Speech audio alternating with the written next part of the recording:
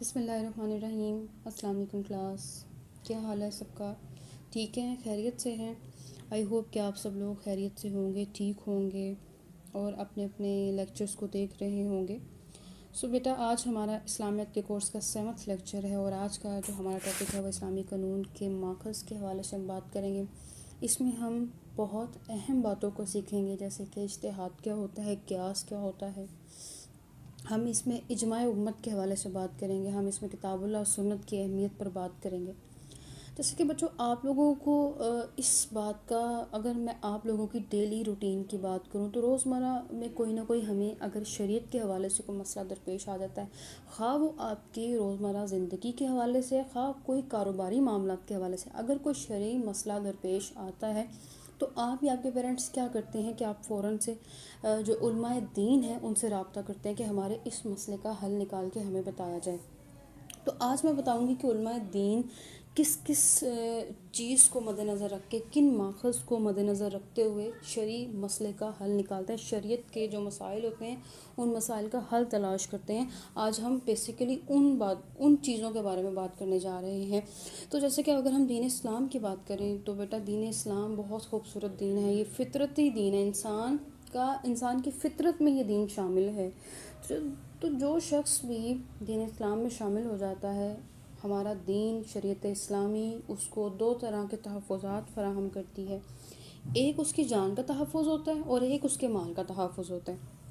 چنانچہ اللہ تعالیٰ نے جان کے تحفظ کے لیے انسان پر بدنی عبادات فرض کی ہیں اور مال کے تحفظ کے لیے اللہ تعالیٰ نے انسان پر مالی عبادات فرض کی ہیں۔ فار ایگزامپل، اگر آپ اپنے ارکان اسلام کو دیکھو تو ارکان اسلام میں ہمارے 5 پلرز ہیں، 5 ستون ہیں جن پہ کہ ہماری دین اسلام کی عمارت کھڑی ہے۔ ان میں کیا کیا آ جاتا ہے جی؟ نماز، روزہ، زکوٰۃ، حج۔ اب نماز اور روزہ اگر ہم دیکھیں تو یہ دونوں ہیں بدنی عبادات۔ زکوٰۃ کو اگر ہم دیکھیں تو یہ ہے مالی عبادت۔ اگر ہم حج کی طرف جائیں تو حج کیا ہے؟ حج ہے مالی اور بدنی دونوں کا مجموعہ ہے۔ اسی کے ساتھ ساتھ اگر ہم دوسری تقسیم کی بات کریں عبادات کے حوالے سے، یعنی ایک باطنی اور روحانی عبادات کے حوالے سے بات کریں، باطنی اور روحانی تقسیم کے حوالے سے بات کریں تو باطنی اور روحانی تقسیم کو سمجھنے سے پہلے ہمیں سمجھنا ہوگا کہ تقویٰ کیا ہے، تقویٰ کا تقاضا کیا ہے۔ تو اللہ تعالیٰ قرآن مجید میں ارشاد فرماتے ہیں کہ اللہ کا تقویٰ جس قدر ہو سکے اختیار کرو۔ اب مجھے یہ بتاؤ بچوں کہ تقویٰ کے معنی کیا ہوتے ہیں؟ کیا معنی ہوتے ہیں تقویٰ کے؟ معنی ہوتے ہیں پرہیزگاری کے۔ جی ہاں، تو اللہ تعالیٰ قرآن مجید میں ارشاد فرما رہے ہیں کہ اللہ تعالیٰ کا تقویٰ جس قدر ہو سکے اختیار کرو۔ اب ہم انسان جو ہیں، ہم میں اتنی طاقت نہیں ہے۔ اب اگر ہم اپنی طاقت کو دیکھو تو ہمارے اندر اتنی طاقت ہی نہیں ہے کہ ہم اللہ تعالیٰ کے تقویٰ کا حق ادا کر سکیں، اس کے حق ادا کرنے والوں میں ہو جائیں، کیونکہ اللہ تعالیٰ کی صفات لامحدود ہیں۔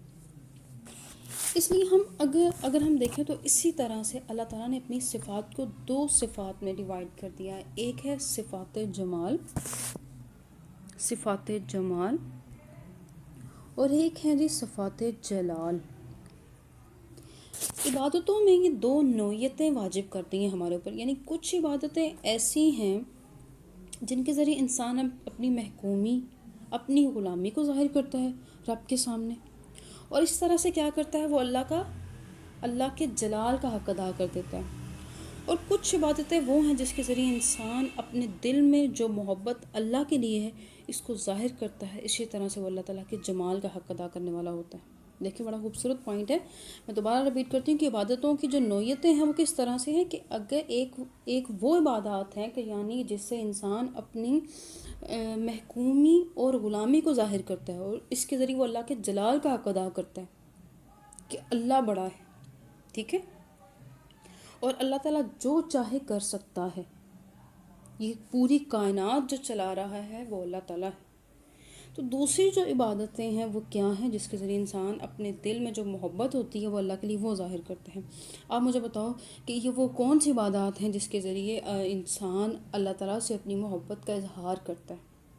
ان میں کون کون سی 2 عبادتیں آ جاتی ہیں؟ یعنی جس عبادتوں کو انسان کر کے اللہ تعالیٰ کے جمال کا حق ادا کرتا ہے۔ تو بیٹا بالکل صحیح کہا آپ نے، وہ ہے جی نماز، اور وہ ہے جی روزہ اور حج. یعنی نماز اور روزہ کیا ہے؟ نماز اور زکوٰۃ کیا ہے؟ اس میں بندہ اپنی محکومی اور غلامی کو ظاہر کرتا ہے. اور روزہ اور حج کیا ہے؟ جس میں کیا کرتا ہے انسان؟ اللہ تعالیٰ سے اپنی محبت کا اظہار کرتا ہے. یعنی اسی محبت کے اظہار میں انسان سارا دن کھانا پینا چھوڑ دیتا ہے اور ہر طرح کے گناہ کو ترک کر دیتا ہے، ہر طرح کے گناہ کے ارادے کو ترک کر دیتا ہے، صرف اللہ کی محبت. کیونکہ کہتے ہیں نا کہ انسان روزے سے کیا سیکھتا ہے؟ روزے کا اصل مقصد کیا ہے؟ تقویٰ، پرہیزگاری. اور اسی طرح سے اگر دیکھیں تو انسان حج میں اپنے لباس کو چھوڑ کے دو چادریں لپیٹ کر دیوانہ وار اللہ تعالیٰ کے گھر کے گرد چکر لگاتا ہے اور تلبیہ پڑھتا ہے. گویا جب ہم جمال اور جلال دونوں کا حق ادا کر دیتے ہیں تو کیا ہوتا ہے کہ ہم اللہ تعالیٰ کی تمام صفات کا حق ادا کرنے والے بن جاتے ہیں. تو آج جس ٹاپک پہ ہم بات کرنے جا رہے ہیں وہ ہے جی اسلامی قانون کے ماخذ. ہماری شریعت کے ماخذ کون کون سے ہیں جن کو مد نظر رکھتے ہوئے ہم اسلامی قانون بناتے ہیں؟ تو ماخذ کے کیا معنی ہیں؟ ماخذ کے معنی ہیں بیٹا جی اصل میں پانی کی جگہ یا ذریعہ بھی ہم کہہ سکتے ہیں، لیکن ہم جب اس کے اصطلاحی معنی کی طرف جائیں گے تو ماخذ کا مطلب وہ سرچشمہ ہے جس سے کوئی قانون بنایا جاتا ہے. اسلامی فقہ کے کچھ بنیادی ذرائع ہیں جس کی وجہ سے کوئی مجتہد مسائل شرعیہ کو اخذ کرتا ہے.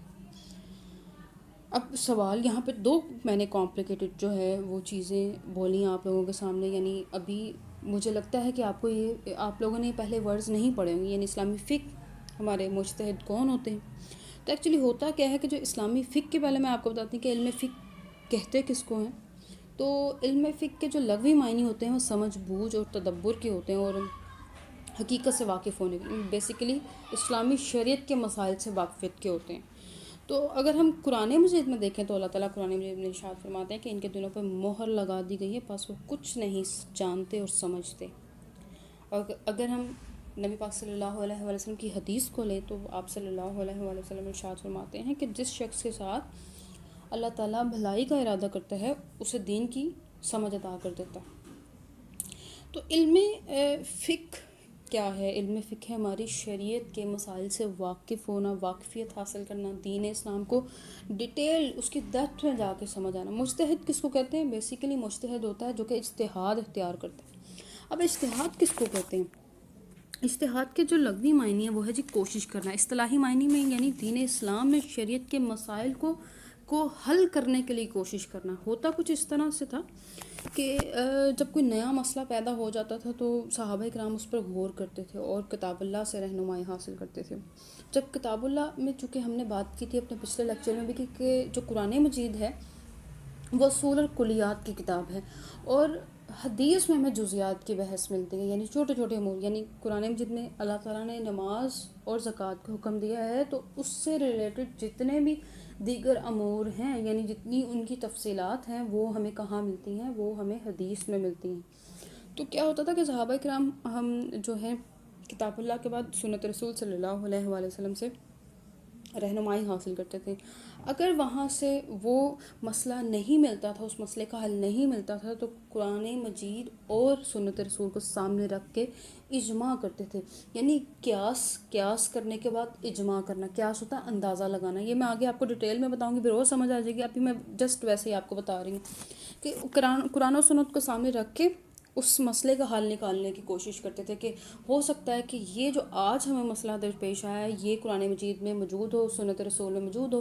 پھر اس کو کیا کرتے تھے کہ اس مسئلے کا اور ہمارے جو نیو دور کا جو مسئلہ تھا اس مسئلے کی وجوہات کو ملاتے ہوتے تھے اور اسی کی بنا پر فیصلہ کرتے تھے. تو قیاس امت کرنے کے بعد یعنی قیاس کرنے کے بعد اجماع کرتے تھے، یعنی تمام علماء اتفاق کر لیتے تھے اسی چیز پہ. اور اس کے بعد کیا کرتے تھے، یعنی اگر اجماع نہیں ہو پاتا تو امت آپس میں نہیں ملتی تھی یا امت کا کسی ایک رائے پہ اتفاق نہیں ہوتا تھا تو اپنی اکارڈنگلی اجتہاد کرتے تھے، یعنی کوشش کرتے تھے. تو اگر ہم رسول اللہ صلی اللہ علیہ وآلہ وسلم کی بات کریں بیٹا تو رسول اللہ صلی اللہ علیہ وآلہ وسلم نے اگر ہم رسول اللہ صلی اللہ علیہ وآلہ وسلم کی بات کریں تو رسول اللہ صلی اللہ علیہ وآلہ وسلم نے وصال کے کچھ ہی قبل 10 ہجری میں حضرت معاذ بن جبل رضی اللہ تعالیٰ انہوں کو یمن کے قاضی بنا کر بھیجا اور امتحان کے طور پہ ان سے پوچھا کہ جب کوئی مقدمہ یا کوئی مسئلہ تمہارے سامنے آئے تو تم اس کا فیصلہ کیسے کرو گے؟ تو آپ نے جواب دیا کہ میں کتاب اللہ کو سامنے رکھوں گا اور اس مسئلے کا حل نکالوں گا۔ تو آپ صلی اللہ علیہ وآلہ وسلم نے سوال کیا حضرت معاذ بن جبل سے، اگر کتاب اللہ میں صراحت نہ ہو تو کیا کرو گے؟ انہوں نے کہا پھر میں سنت رسول کے مطابق فیصلہ کروں گا۔ آپ صلی اللہ علیہ وآلہ وسلم نے پھر سوال کیا کہ اگر سنت میں بھی صراحت نہ ہو تو پھر کیا کرو گے؟ تو انہوں نے جواب دیا کہ میں ایسی حالت میں اپنی رائے سے اجتہاد کروں گا، یعنی میں کوشش کروں گا۔ اجتہاد کے لیے یہ شرط ہے کہ آپ نے جو فیصلہ کرنا ہے وہ قرآن و سنت کے اکارڈنگ ہو، ان کے منافی نہ ہو، ان کے اگینسٹ نہ ہو۔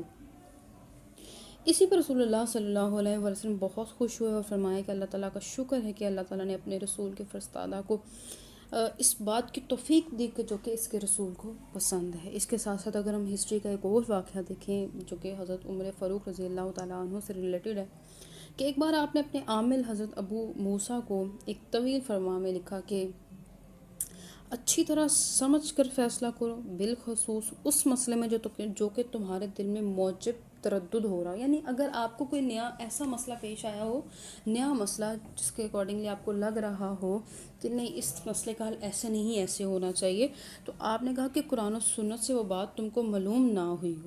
اگر دیکھیں مسئلہ پیش آیا، آپ نے اس کا حل تلاش کرنے کی کوشش کی ہے قرآن و سنت سے، آپ کو نہیں ملا، اب آگے کیا کرنا ہے؟ تو ایسے موقع پر ملتے جلتے ایک دوسرے سے مشابہ مسائل کو پہچانو، پھر اس وقت مسائل میں قیاس سے کام لو، اور جو جواب تم کو اللہ کے نزدیک پسندیدہ اور حق سے زیادہ قریب نظر ہے اس کو اختیار کرو۔ بیٹا اس مسئلے کو میں ایک ایگزامپل کے طور پہ آپ کو سمجھاتی ہوں۔ اس میں معاملات زندگی کے تمام مسائل حل تلاش کیے جاتے ہیں، مثلا نکاح، طلاق، جزا اور سزا، حکومت اور خارجہ پالیسی کے حوالے سے جتنے بھی مسائل ہیں ہم ان مسائل کا حل تلاش کرتے ہیں۔ اگر فقہ کی بات کی جائے تو فقہ کے حوالے سے بہت ساری اہم کتب ہیں، جس میں سے اصول شاشی ہے، تحصیل الفقہ کتاب ہے، جو کہ آپ کو kitabulsunnat.com پہ مل سکتی ہیں، جہاں پہ متفرق بک کو آپ نے جا کے کلک کرنا ہے، وہاں پہ اپنی جو بھی آپ چاہتے ہو آپ اس بک کا نام لکھیے گا، آپ کو مل جائے گی، آپ ڈاؤن لوڈ کر سکتے ہو، ایزی ہے۔ میں یہ بکس آپ کو اس لیے ریکمینڈ کر رہی ہوں کیونکہ اس میں کتاب النکاح بھی ہے، کتاب الطلاق بھی ہے، بیع کے مسائل بھی ہیں، زکوٰۃ کے بھی مسائل ہیں، نماز کے بھی مسائل ہیں، جس کے حوالے سے آپ اس ڈیٹیل کو پڑھ سکتے ہو، اور آپ اپنے ائمہ کرام کے جتنے بھی جو ان کے پوائنٹ آف ویوز ہیں آپ اس کو بھی اسٹڈی کر سکتے ہو۔ اچھی بات ہے، آپ کو دین کا علم ہونا چاہیے، دین کے علم سے واقفیت ہونی چاہیے۔ اس کی وجہ کیا ہے کہ بہت ساری چیزیں ایسی ہوتی ہیں شریعت کی جو کہ ہمیں جب تک معلوم نہ ہوں ہم اس کے اکارڈنگلی جو ہے اپنی زندگی نہیں گزارتے، تو بہتر یہی ہے، میں یہی سجیسٹ کروں کیونکہ آج کل ویسے بھی کوارنٹائن ہے اور آپ کے پاس ٹائم بھی ہے، اور کوشش کریں کہ زیادہ سے زیادہ جتنی بھی ہو سکتا ہے دینی کتب کو پڑھا کیجیے تاکہ آپ کا جو نالج ہے وہ انہینس ہو دین کے حوالے سے بھی۔ اچھا، اب بات کر لیتے ہیں ہم اپنے فقہ اسلامی کے ماخذ کے حوالے سے، یعنی اس کے 4 ماخذ ہیں۔ نمبر 1 کتاب اللہ، یعنی اللہ کا کلام ہے یہ۔ دوسرا سنت رسول صلی اللہ علیہ وآلہ وسلم ہے، یعنی سنت نبی پاک صلی اللہ علیہ وآلہ وسلم کے کام کو کہتے ہیں، اور حدیث ہم اسی کام کے ریکارڈ کو کہتے ہیں۔ اجماع امت سے مراد ہے امت کے علماء کا کسی مسئلے پر اتفاق کر جانا۔ قیاس مجتہدین، یعنی اگر اجماع نہیں ہو رہا پھر اپنے طور پہ اندازہ لگایا جائے گا، اپنے طور پہ اجتہاد کیا جائے گا۔ تو اجتہاد کی بنیاد بھی قرآن و سنت کے اکارڈنگلی ہی ہوگی، اس کے منافی نہیں ہوگی، اس کے اگینسٹ نہیں ہوگی، اور وہ فیصلہ کیا جائے گا جو کہ اللہ اور اس کے رسول کو پسندیدہ ہو۔ تو قرآن مجید جو ہے وہ اسلامی قانون کا پہلا ماخذ ہے، جس کی اگر ہم بات کریں تو اس کے بہت سارے دلائل ہیں کہ قرآن مجید وہ واحد کتاب ہے جس کی حفاظت کا ذمہ اللہ تعالیٰ نے خود لیا ہے۔ اللہ تعالیٰ قرآن مجید میں ارشاد فرماتے ہیں کہ ہم نے یہ ذکر کو نازل کیا اور ہم ہی اس کے محافظ ہیں۔ ایک اور جگہ پہ اللہ تعالیٰ ارشاد فرماتے ہیں کہ قرآن میں نہ سامنے سے اور نہ پیچھے سے باطل کے گھسنے کی گنجائش ہے۔ یہ نہ صرف اس دنیا میں بلکہ لوح محفوظ میں بھی محفوظ ہے۔ جیسے کہ میں نے آپ کو نزول قرآن کا بتایا تھا کہ نزول قرآن دو دفعہ ہوا ہے، 2 مرتبہ ہوا ہے۔ ایک مرتبہ کب ہوا تھا؟ جب لوح محفوظ سے بیت العزت کے مقام پر اتارا گیا تھا، پھر وہاں سے اللہ تعالیٰ کے حکم سے آہستہ آہستہ تھوڑا تھوڑا کر کے حضرت جبرائیل علیہ السلام نبی پاک صلی اللہ علیہ وسلم تک پہنچایا کرتے تھے۔ اس کے ساتھ ساتھ اگر آپ دیکھو تو قرآن مجید مکمل ضابطہ حیات رکھتا ہے، یعنی سورہ مائدہ کی جو آیت نمبر 3 ہے جو خطبہ حجۃ الوداع کے موقع پر نازل ہوئی تھی کہ آج میں نے تمہارے دین کو تمہارے لیے مکمل کر دیا۔ اس آیت کے بعد نبی پاک صلی اللہ علیہ وآلہ وسلم کی اگر ہم بات کریں تو وہ 3.25 ماہ تک ہی اس کے بعد دوبارہ زندہ رہے تھے۔ تو اس کے بعد آپ صلی اللہ علیہ وسلم کا وصال ہو گیا۔ اسی طرح سے آپ صلی اللہ علیہ وسلم کی زندگی میں یہ ضابطہ قانون مکمل ہو کر جاری ہو گیا تھا۔ اب ہم قرآن مجید کی اگر ہم خصوصیات کی بات کریں تو یہ کتاب کسی انسان کی تخلیق نہیں ہے، بلکہ اللہ تعالیٰ نے اس کو اتارا، کہ یہ کلام اللہ ہے، یعنی اللہ کا کلام ہے۔ اور اس کے بارے میں نے آپ کو بتایا تھا کہ جب تک ہم اس کو اس نیت سے نہیں پڑھیں گے کہ جس وجہ سے یہ کلام نازل کیا گیا، تب تک خدا نہ خواستہ اس کا ہم پہ کچھ اثر نہیں ہوگا۔ کیونکہ جو انسان قرآن مجید کو اس نیت سے نہیں پڑھتا کہ میں نے اسے ہدایت نہیں لینی، تو قرآن اس کو ہدایت نہیں دیتا۔ تو جو اس نیت سے پڑھتا ہے کہ میں نے ہدایت لینی ہو، تو قرآن مجید ڈیفینیٹلی اس کو ہدایت دیتا ہے۔ کتاب قانون کی اگر ہم بات کریں تو قرآن مجید کی جامعیت میں قانون بھی شامل ہے، کس طرح سے کہ اس کی آیات میں مختلف قانون بیان کیے گئے ہیں۔ اللہ تعالیٰ نے ارشاد فرمایا کہ بے شک ہم نے آپ صلی اللہ علیہ وسلم پر یہ کتاب حق کے ساتھ اتاری ہے تاکہ آپ صلی اللہ علیہ وسلم اس سے لوگوں کے درمیان فیصلہ کریں۔ اس کا فیصلہ نہ ماننے والوں کو معبود حق نے کافر قرار دیا ہے، اور فرمایا سورہ مائدہ کی آیت نمبر 44 ہے کہ جو اس قرآن مجید کے مطابق فیصلے نہ کریں پس وہ کافر ہیں۔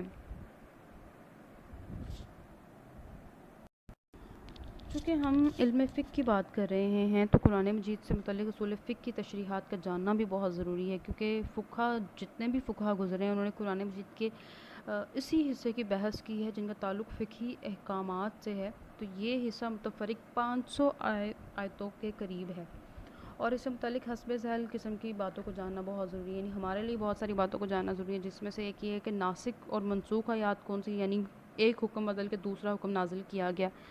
یعنی کہ اگر آپ دیکھو تو پہلے ڈرنک کی حرمت میں آیت نازل نہیں ہوئی، بعد میں نازل ہوئی ہے۔ اس کے ساتھ ساتھ مجمل اور مفسر آیات کون سی، مجمل ہوتا ہے خلاصہ، کہ صرف کسی واقعے کا خلاصہ بیان کیا گیا، اور کچھ جس میں ہر چیز کو بہت کھول کے تفسیر کے ساتھ بیان کیا گیا، خاص اور عام اپنے مفہوم کے اعتبار سے کون سی آیت خاص اور کون سی آیت عام ہے۔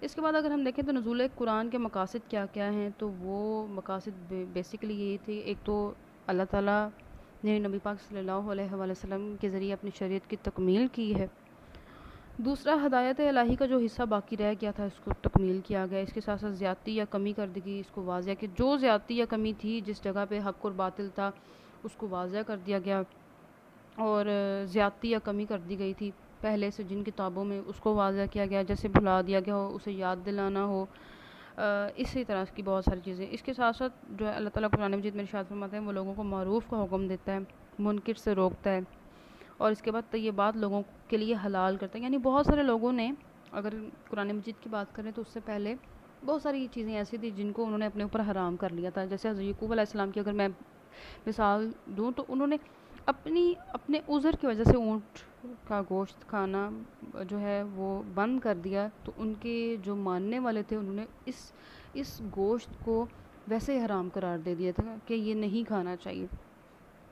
تو یہ چیزیں آ جاتی ہیں کہ یعنی اگر ہم حلال اور حرام کے حوالے سے بات کریں تو روئے زمین پہ پیدا ہونے والی ہر چیز حلال ہے جب تک کہ اس کی حرمت کے بارے میں کوئی آیت یا حدیث نازل نہ ہو جائے، لیکن ہم حلال اور حرام کا فیصلہ مکروہ کے حوالے سے بھی کرتے ہیں، مکروہ تنزیہی اور ایک ہوتا ہے مکروہ تحریمی، اس حوالے سے بھی ہم فیصلہ کرتے ہیں، لیکن اس کی ڈیٹیل میں آپ کو جانے کی ضرورت نہیں ہے۔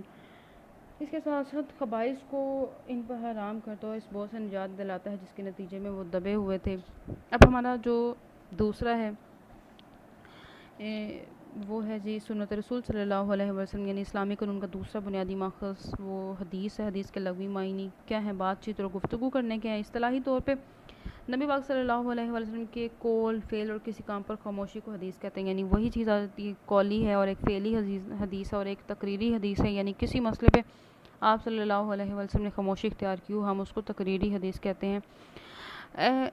گویا آپ اس بات کو سمجھنے کی کوشش کریں کہ قرآن مجید اصول اور کلیات کی کتاب اور حدیث میں جزیات کی بحث ملتی ہے، یعنی اللہ تعالیٰ نے قرآن مجید میں نماز اور زکوٰۃ کا حکم دیا ہے تو اس کی ڈیٹیل، اس سے دیگر امور کی جتنی تفصیلات ہیں وہ ہمیں حدیث سے ملتی ہیں۔ اس کے بعد اگر ہم دیکھیں تو حدیث قرآن جو ہے وہ نقشہ، اور حدیث یا نبی پاک صلی اللہ علیہ وسلم کی جو سیرت ہے، سنت ہے، وہ اسی نقشے کی تعمیر ہے۔ یعنی اگر ہمیں کسی مسئلے کا حل قرآن مجید، اس طرح سے نبی پاک صلی اللہ علیہ وسلم کے بارے میں سورہ نساء کی آیت نمبر 80 میں جس نے رسول اللہ صلی اللہ علیہ وسلم کی اطاعت کی اس نے در حقیقت اللہ کی اطاعت کی. گویا رسول اللہ صلی اللہ علیہ وسلم کی اطاعت اللہ تعالیٰ کی اطاعت ہے. نمونہ تقلید یعنی نبی پاک صلی اللہ علیہ وسلم کی ذات ہمارے لیے نمونہ تقلید یعنی بیسٹ رول ماڈل جو ہیں وہ نبی پاک صلی اللہ علیہ وسلم کی ذات اقدس ہے. اللہ تعالیٰ قرآن مجید میں ارشاد فرماتے ہیں کہ سورہ احزاب کی آیت نمبر 21 ہے کہ بے شک تمہارے لیے رسول اللہ صلی اللہ علیہ وسلم کی ذات میں بہترین نمونہ ہے. اس سے نبی پاک صلی اللہ علیہ وسلم کی اہمیت کا اندازہ ہوتا ہے. یہ غالباً جو ہے غزوہ خندق کے موقع پہ نازل ہوئی تھی آیت کہ جب خندق کھودی گئی تھی. حضرت سلمان فارسی کے مشورے سے یہ آپ لوگوں نے بچپن میں پڑھا ہوگا. تو 25 اور یہ کچھ مفسرین 25 دن کہتے ہیں اور کچھ مفسرین 27 دن کا محاصرہ کہتے ہیں کہ جب محاصرہ کیا گیا تھا وہاں پہ تو کافروں نے پوری کوشش کی کہ مسلمان اپنی جگہ چھوڑ کے بھاگ جائیں, لیکن مسلمانوں کو یہ تاکید کی گئی تھی کہ وہ نبی پاک صلی اللہ علیہ وسلم کے حکم کو مانیں کیونکہ آپ صلی اللہ علیہ وسلم کی ذات ہمارے لیے بہترین نمونہ ہے. اب آگے آ جاتا ہے جی کہ جو رسول اللہ صلی اللہ علیہ وسلم کے فیصلے کو قبول نہیں کرتا وہ کافر ہے. یعنی نبی پاک صلی اللہ علیہ وسلم کے فیصلے کو خوش دلی سے قبول نہ کرنا کفر ہے. کس طرح سے کہ ارشاد خداوندی ہے کہ سورہ نساء کی آیت نمبر 65 ہے کہ آپ صلی اللہ علیہ وسلم کے رب کی قسم وہ مومن نہیں ہو سکتے جب تک وہ اپنے تنازعات میں آپ صلی اللہ علیہ وسلم کو منصف نہ بنائیں, پھر آپ صلی اللہ علیہ وسلم کے فیصلوں کے متعلق دل میں تنگی نہ لائیں اور انہیں خوش دلی سے مان نہ لیں. ٹھیک ہے. آگے نبی پاک صلی اللہ علیہ وسلم کو اختیاری قانون سازی یعنی اللہ تعالیٰ نے نبی پاک صلی اللہ علیہ وسلم کو قانون سازی کا اختیار دیا اور فرمایا. سورہ اعراف کی آیت نمبر 157 ہے. یہ میں آیات نمبر اس لیے ساتھ ساتھ بول رہی ہوں تاکہ آپ لوگ اس کو لکھ لو اور ہمیشہ یاد رکھیے گا کہ آیات نمبر اس کو لازمی مینشن کیا کریں, احادیث نمبر کو لازمی مینشن کیا کریں. یہ چیز آپ کو مارکس دیتی ہے, آپ کے پیپر کو بہت میچور بناتی ہے. اور وہ ان کے لیے یعنی سورہ اعراف میں اللہ تعالیٰ ارشاد فرماتے ہیں کہ وہ ان کے لیے پاک چیزوں کو حلال اور ناپاک چیزوں کو حرام کرتی ہیں. یعنی تمام انبیاء میں نبی پاک صلی اللہ علیہ وسلم کی ایک یہ بھی صفت ہے کہ آپ صلی اللہ علیہ وسلم کو اللہ تعالیٰ نے حرام اور حلال کا فیصلہ کرنے کی اجازت دے دی. تو اس میں کیا اللہ تعالیٰ ارشاد فرماتے ہیں کہ وہ ان کے لیے پاک چیزوں کو حلال اور ناپاک چیزوں کو حرام قرار دیتے ہیں. اس کے علاوہ ایک اور جگہ پہ اللہ تعالیٰ ارشاد فرماتے ہیں سورہ حشر کی آیت نمبر 7 ہے کہ رسول اللہ صلی اللہ علیہ وسلم خدائے رسول ہیں جو کچھ تمہیں دیں وہ اس سے لے لو, جس چیز سے منع کریں اس سے رک جاؤ. حدیث کی حقانیت قرآن کی گواہی میں یعنی حقانیت ہوتا سچائی. نبی پاک صلی اللہ علیہ وسلم کے ہر قول فعل اللہ کی رضا کے مطابق ہے. ارشاد خداوندی ہے یعنی سورہ نجم کی آیت نمبر 4 اور 3 ہے کہ یعنی آپ صلی اللہ علیہ وسلم اپنی مرضی سے کچھ نہیں فرماتے مگر جو آپ صلی اللہ علیہ وسلم کی طرف وحی کی جائے. اللہ کے نبی کی جو ذات اقدس ہے وہ تمام مسلمانوں کے لیے اس میں کمپلیٹ رہنمائی موجود ہے. اس کی مثال یہ ہے کہ آپ صلی اللہ علیہ وسلم نے فرمایا کہ یعنی تم مجھ سے مناسک حج سیکھو, اور ایک جگہ پہ آپ نے ارشاد فرمایا کہ نماز کو اس طرح سے پڑھو جیسے مجھے پڑھتا ہوا دیکھتے ہو. اسی طرح سے بے شمار اسلامی احکامات ہیں جس کی تشریح کی ضرورت ہوتی ہے, اور وہ ہمیں کہاں سے ملتے ہیں؟ وہ ہمیں نبی پاک صلی اللہ علیہ وسلم کی سنت سے ملتے ہیں, حدیث سے ملتے ہیں. مثلا قرآن مجید میں زکوٰۃ ادا کرنے کا حکم, لیکن زکوٰۃ کا نصاب, اس کی شرح نصاب, مصارف اور جدید وسائل پر زکوٰۃ کی بہت سی تفصیلات ہیں ہمیں صرف حدیث سے ملتی ہیں, کیونکہ آپ صلی اللہ علیہ وسلم نے زکوٰۃ کا نظام عملاً نافذ کیا تھا. خود نبی پاک صلی اللہ علیہ وسلم نے فرمایا کہ میں تمہارے درمیان 2 چیزیں چھوڑے جا رہا ہوں, ایک اللہ کی کتاب اور اپنی اگر تم اسے مضبوطی سے تھامے رکھو گے تو کبھی گمراہ نہ ہوگے. اللہ تعالیٰ نے حدیث کو انسانوں کے لیے محفوظ رکھا اور مسلمانوں کو اس کی حفاظت کا حق ادا کر دیا ہے. اصول ضوابط مقرر کر دی ہیں جس کی موجودگی میں حدیث کی غیر محفوظیت بھی ختم ہو گئی ہے. ڈیفینیٹلی ہے, ہم نے حدیث کے ٹاپک میں بہت ڈیٹیل کے ساتھ اسٹڈی کیا ہے کس طرح سے کہ یعنی حدیث کی تدوین میں بہت مشکلات درپیش آئیں, لیکن جو فنون متعارف ہوئے ہیں وہ کسی معجزات سے کم نہیں. فن اسماء و رجال کے بارے میں بات کی یعنی جس میں ہم نے راویوں کا حالات و زندگی کو بہت ڈیٹیل کے ساتھ ڈسکس کیا. جرح و تعدیل میں یعنی کانٹ چھانٹ کر کے کون سی ضعیف حدیث ہے, کون سی صحیح حدیث ہے, کون سی جو ہے حسن حدیث ہے. بہت سارے معاملات میں اگر دیکھا جائے اوتھینٹک حدیث کی بات کریں تو ہم صرف ایک بات پہ بیلیو رکھتے ہیں, صحیح حدیث اور حسن حدیث, اور ہم ضعیف حدیث کو چھوڑ دیتے ہیں. تو ایک چیز یاد رکھیے گا کہ ضعیف حدیث کے بارے میں آپ لوگوں نے کیا کرنا ہے کہ اس کو چھوڑنا نہیں ہے، کیونکہ ایک ہوتا ہے سچ کا سچ ثابت ہو جانا اور ایک ہوتا ہے سچ کا سچ ثابت نہ ہونا۔